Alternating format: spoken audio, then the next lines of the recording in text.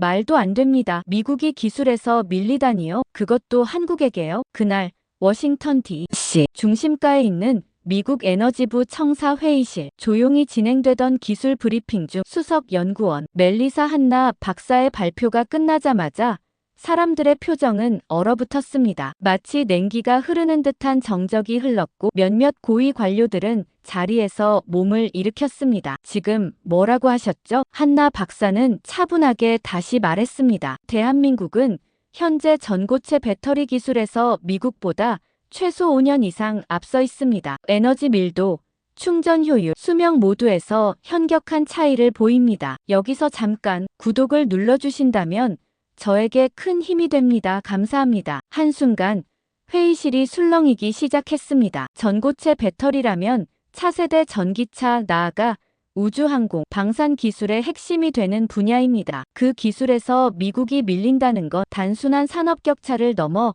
패권의 변화 가능성을 의미하죠. 이 충격적인 보고서를 만든 주인공 멜리사 한나는 MIT 전기화학 박사 출신으로 하버드에서 응용재료학을 연구한 엘리트였습니다. 그녀는 미 정부의 요청으로 단순한 기술 교류 형식의 출장이라 생각하며 한국을 방문했죠. 사실 그녀도 처음엔 이렇게까지 심각한 상황일 줄 몰랐습니다. 처음엔 그냥 형식적인 출장인 줄 알았어요. 전자제품 잘 만드는 나라겠지. 배터리라 해봤자 LG, 삼성 그 정도일 거라 생각했죠. 하지만 그 생각은 인천국제공항에 도착한 순간부터 흔들리기 시작했습니다. 수십 개의 자동 입국 게이트가 눈앞에 펼쳐졌고 미국에서는 보안 검색의 1시간은 기본으로 걸리는 걸 한국에서는 단 5분도 안 걸려 끝내버렸습니다. 수화물은 이미 수취대에 정렬되어 있었고 공항버스는 실시간 위치 안내와 영어 음성 안내가 기본으로 제공됐습니다. 이거 미국보다 나은데? 도심으로 들어서자 교통체계부터 거리 청결도 디지털 인프라까지 미국보다 훨씬 정돈된 느낌을 받았습니다. 하지만 이건 단지 시작에 불과했습니다. 진짜 충격은 경기 성남에 위치한 K나노테크 퓨처 에너지랩에 찾아왔습니다. 한나 박사가 방문한 이 연구소는 민관 합동 프로젝트로 운영되며 삼성 SDI, LG 에너지 솔루션과 협력하는 차세대 에너지 연구의 중심지였습니다. 그곳에서 그녀는 박수진 박사라는 한국 과학자를 만나게 됩니다. 박 박사는 젊지만 이미 세계 배터리 학회에서 주목받는 인물로 그녀에게 차세대 전고체 배터리를 시연해 보여주었습니다. 보셨죠? 에너지 밀도는 기존 리튬이온 대비 2배, 충전 시간은 절반 이하, 수명은 무려 3배입니다. 내열성과 안정성도 획기적으로 개선됐죠. 한나는 말문이 막혔습니다. 그동안 자신이 신봉해온 미국 기술 우위라는 믿음이 서서히 무너지고 있었기 때문입니다. 그 배터리는 단순히 전기차에 쓰이는 수준이 아니에요. 이미 우주항공, 군사장비, 스마트시티 시스템에 접목되고 있습니다. 그녀는 박수진 박사의 안내로 극비리에 진행 중이던 연구시설을 더 둘러보게 됩니다. 거기서 본 기술은 그녀가 미국에서 수년간 봐온 것들과 차원이 달랐습니다. 그날 이후 제 가치관이 바뀌기 시작했어요. 작고 조용한 나라,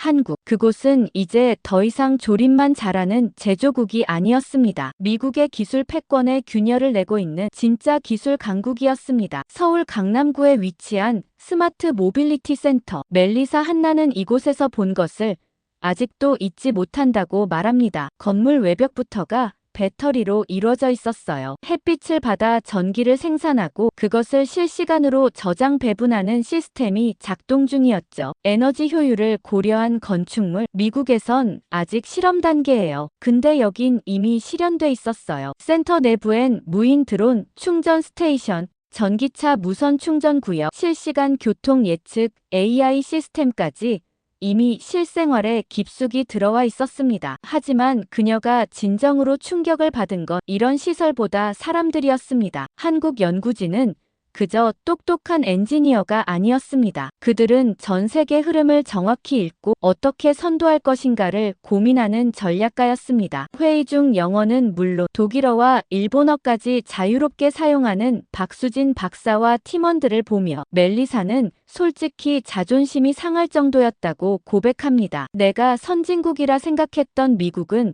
어쩌면 이미 뒤처지고 있었는지도 모르겠어요. 그리고 그날 밤 멜리사는 호텔방에서 외신 기사를 검색하던 중 또 하나의 충격을 받게 됩니다. 폴란드 사인즈 달러 15빌리언 디펜스 딜리드 사우스 코리어. 폴란드가 한국과 체결한 20조 원 규모의 방산 계약, K 전차, K9 자주포, FA-50 경공격기까지 포함된 이 초대형 딜은 단순한 무기 수출이 아닌 국가 전략의 수출이었습니다. 그녀는 바로 다음 날 국방과학연구소 ADD와 협력 중인 배터리 응용 연구소를 찾아갑니다. 전기차용 배터리에서 파생된 이 기술들은 유사시 군사용 장비로 전환될 수 있도록 설계되어 있었습니다. 무게는 가볍고 전력 효율은 높으며 고온고습 환경에서도 안정성을 유지하는 차세대 전원 시스템. 미국에서도 실용화는커녕 아직 초기 설계 수준에서 머물러 있던 기술이었죠. 이건 민간 기술이 군사 기술로 다시 우주 산업으로 연결되는 구조예요. 한국은 단순히 잘 만드는 나라가 아니라 설계부터 전략까지 모두 갖춘 기술의 제국이었어요. 하루하루가 충격의 연속이었습니다. 그녀는 메모장에 이렇게 적었습니다. 코리어 is no longer a fast follower. 코리어 is the game changer. 이제 멜리사의 보고서 내용은 점점 무거워지고 있었습니다. 단순한 기술 검토가 아니라 미국의 전략적 변화를 요구하는 경고문에 가까웠죠. 하지만 멜리사가 느낀 한국의 기술력은 여기서 끝나지 않았습니다. 운명을 바꾸는 사건이 바로 다음에 일어나게 됩니다. 다음 일정은 대전. 멜리사는 국방과학연구소 ADD 근처에 위치한 고급 배터리 시험센터를 방문하게 됩니다. 그곳에서는 일반적인 배터리 테스트를 넘어 폭발 실험, 방수 실험, 그리고 EMP 전자기파 대응 실험까지 진행되고 있었죠. 그 모든 과정이 실시간으로 기록되고 AI가 이상 반응을 스스로 감지하고 분석하는 시스템이 이미 현장에 도입돼 있었습니다. 우리는 아직 AI로 배터리를 진단하는 시스템을 연구실 수준에서 실험 중인데 여긴 실전에 투입된 상태였어요. 그녀가 놀란 건 단지 기술만이 아니었습니다. 직원들의 태도, 사고방식, 업무 철학이 미국과는 완전히 달랐습니다. 정확한 것보다 완벽한 것을 추구하더군요. 99%가 아니라 100%를 만들겠다는 집념이 느껴졌어요. 이건 기술자가 아니라 장인 정신이에요. 점심시간 직원들과의 식사 자리에서 멜리사는 두 번째 문화적 충격을 받습니다. 깔끔하게 차려진 식판 위에 가지런히 나오는 반찬들, 개인 접시가 아닌 모두가 함께 나눠 먹는 문화. 처음엔 어색했지만 이내 따뜻한 배려와 존중이 담겨 있는 방식임을 느꼈죠. 그리고 식사 도중 박수진 박사가 웃으며 말합니다. 한나 박사님, 이따 병원 예약 도와드릴게요. 응? 무슨 예약이요? 사실 멜리사는 며칠 전부터 어금니 쪽에서 통증을 느끼고 있었지만 한국에서 병원에 가는 건 쉽지 않을 거라 생각하고 참고 있었던 참이었습니다. 그런데 이곳 사람들은 단 몇 분 만에 근처 치과에 연락하고 한나를 차에 태워 직접 데려다 주었습니다. 그곳에서 또 하나의 충격이 찾아왔습니다. 예약도 없이 갔는데 10분 만에 치료를 받았어요. 진료실은 최신 장비로 가득했고 의사는 유창한 영어로 차근차근 설명해줬어요. 게다가 치료비는 미국과 비교도 안 될 정도로 저렴했습니다. 그녀는 계산서를 보며 한참을 바라봤습니다. 이 가격이 맞아요? 미국이면 3배는 더 나올 텐데. 그 순간 멜리사는 깨달았습니다. 기술의 발전은 단지 연구소에서 끝나는 것이 아니라 사회 전반에 스며들고 있어야 한다는 사실을요. 한국은 바로 그걸 실현하고 있었습니다. 기술, 인프라, 문화, 서비스 이 나라는 전체가 유기적으로 연결되어 있었어요. 어디 하나 낙오된 곳이 없었죠. 그날 밤 그녀는 호텔방 창문 너머로 펼쳐진 서울의 야경을 바라보며 중얼거렸습니다. 한국은 기술 강국이 아니라 새로운 문명을 만들어가는 곳이야. 미국은 이제 한국을 경쟁 상대로 볼 수 없습니다. 협력 없이는 살아남을 수 없는 시대가 온 것이죠. 하지만 이 모든 감탄 속에서 그녀에게도 위기가 찾아옵니다. 그녀의 기대를 무너뜨릴 오해가 다가오고 있었던 겁니다. 출장 마지막 주 멜리사는 서울에서 열리는 차세대 에너지 국제 컨퍼런스에 참석하게 됩니다. 그녀는 미국 에너지 산업의 미래라는 주제로 발표를 준비했고 박수진 박사와 함께 토론 패널로도 나설 예정이었죠. 컨퍼런스는 대한민국의 기술 위상을 다시금 체감하게 만드는 자리였습니다. 전 세계에서 온 전문가들이 한국의 배터리 기술, 수소 인프라, 스마트 그리드 시스템에 대해 입을 모아 찬사를 보냈습니다. 특히 전고체 배터리와 관련된 세션에서는 멜리사가 며칠 전 직접 확인한 그 기술이 실제로 소개되어 있었습니다. 이건 내 보고서에서 쓴 내용이 고스란히 구현된 형태였어요. 그러나 그날 저녁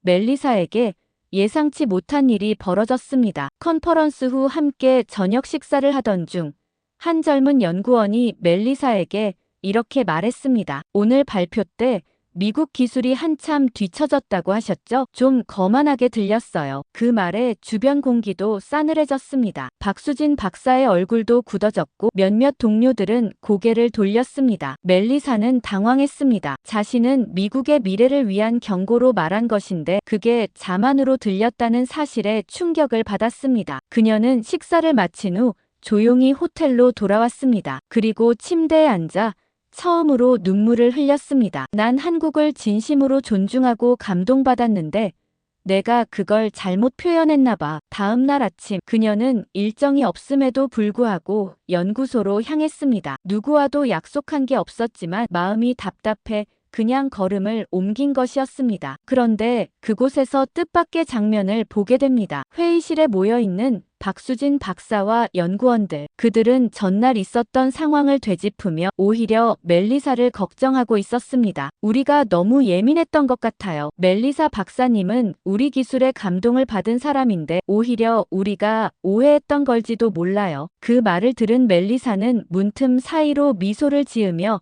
조용히 들어섰습니다. 모두가 놀란 표정을 지었고 박수진 박사는 자리에서 일어나 그녀에게 다가와 말했습니다. 죄송해요. 우리는 늘 외국에서 과소평가받아온 경험 때문에 때론 너무 민감하게 반응하곤 해요. 멜리사는 고개를 끄덕이며 말했습니다. 저도 배워야 했어요. 기술만이 아니라 마음을 전하는 법도요. 그날 연구진과의 대화는 밤늦게까지 이어졌습니다. 서로에 대한 오해는 사라졌고 그 자리는 깊은 신뢰와 존중이 피어나는 시간으로 바뀌었습니다. 다음 날 그녀는 미국 에너지부에 최종 보고서를 보냈습니다. 제목은 단 하나의 문장이었습니다. 코리어 is not just a tech leader. 코리어 is the future itself. 그리고 그 문장은 이후 미국의 기술 전략에 큰 변화를 일으키는 계기가 됩니다. 멜리사 한나는 인천국제공항 출국장 앞에 서 있었습니다. 그녀의 손에는 미국 에너지부에 제출한 최종 보고서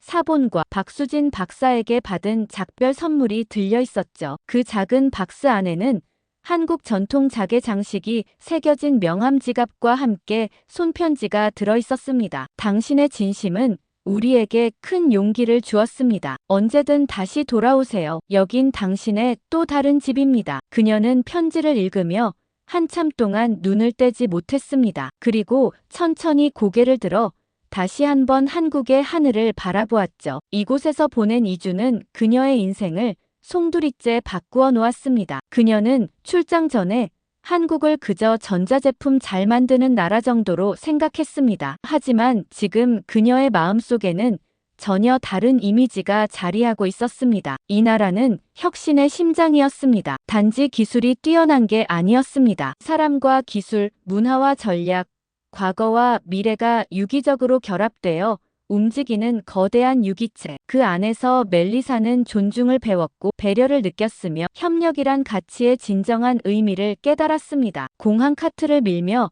출국장으로 걸어가던 그녀는 문득 멈춰 섰습니다. 그리고 다시 스마트폰을 꺼내 방금 전까지 열어두었던 예약 사이트에 들어갔습니다. 대한민국 장기 거주 비자 신청 안내. 그녀는 잠시 망설이다가 결국 천천히 손가락을 움직여 화면을 스크롤 내렸고 신청 시작 버튼을 눌렀습니다. 미국에 돌아가야 하겠죠. 하지만 난 다시 이곳에 오게 될 거예요. 아니, 돌아올 거예요. 며칠 뒤 그녀의 보고서는 미국 국무부, 국방부, 에너지부 고위 인사들에게 동시에 공유되었습니다. 그리고 워싱턴 포스트에는 이런 기사가 실리게 됩니다. KOREA, THE, UNSEN, SUPERPOWER 미국 기술 우위를 위협하는 작고 강한 나라. 이 기사는 곧 백악관 브리핑룸에서도 언급되며 미국의 동아시아 전략과 기술 협력 방안에 큰 영향을 끼쳤습니다. 미국은 한국을 단순한 경쟁국이 아닌 전략적 파트너로 다시 정의하게 됩니다. 이 모든 변화의 중심에는 한 과학자의 눈물과 진심, 그리고 한국에서의 체험이 있었죠. 그 후 멜리사는 한국을 자주 방문하게 됩니다. 1년에 최소 3번, 컨퍼런스, 공동연구, 기술협의 등을 명목으로 그녀는 늘 인천공항으로 돌아옵니다. 그녀의 이름은 이제 한국 연구자들 사이에서도 낯설지 않은 이름이 되었고 박수진 박사와는 기술을 넘어선 친구가 되었습니다. 한국은 멜리사에게 단순한 출장지, 연구 대상 혹은 업무의 연장이 아니었습니다. 한국은 내게 새로운 인생의 챕터를 열어준 나라예요. 그녀는 한국에서의 경험을 바탕으로 TED 강연을 하기도 했습니다. 그 강연에서 그녀는 이렇게 말했습니다. 제가 한국에서 느낀 건 기술의 우위가 아니라 사람의 힘이었습니다. 그 힘이 바로 한국을 움직이고 세계를 변화시키고 있습니다. 지금 이 순간에도